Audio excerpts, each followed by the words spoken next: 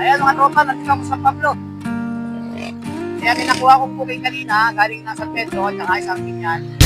Papunta rin sa San Pablo. Bali dalawang booking kinakuha ko. Kayo, katadrop ko lang. Nandito na ako. Sabi kalsada, magpapahinga muna tayo, maghintay tayo ng booking pabalik. Ang hirap kumuha ng booking pabalik. Ayun nga, may kukwento ako sa inyo. Ngayong nakuha kong booking papunta rito, bali 300 yung fare. Almost 54 km. 60 na dito. Hanggang 60 km. Ang taxuhan namin, 400 lang kabayad niya, magkatya ng 100. Kasi nga, ipapasit pa niya sa akin yung item. Ipapasit ko yung item, tapos nag-waiting ako doon. Kasi nga, ang dami niyang HMH.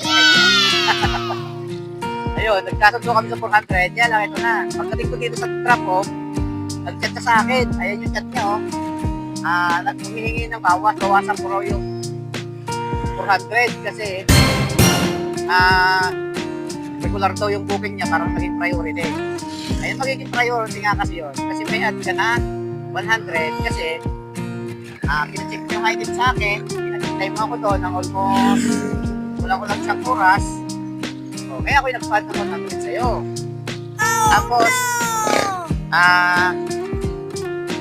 pinaliwanag ko na lang sa kanya na taas ng gas, kaya ako'y nagpapaan. Wala namang problema sana sa akin.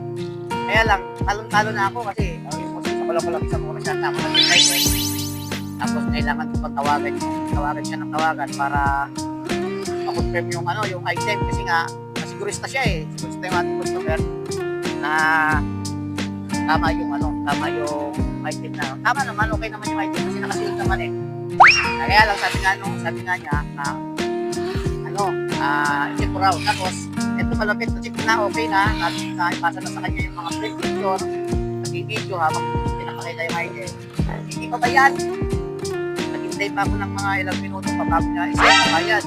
Tapos ang sabi pa nung magagawa ang isip, kaya naghintay ako talaga ng isang oras.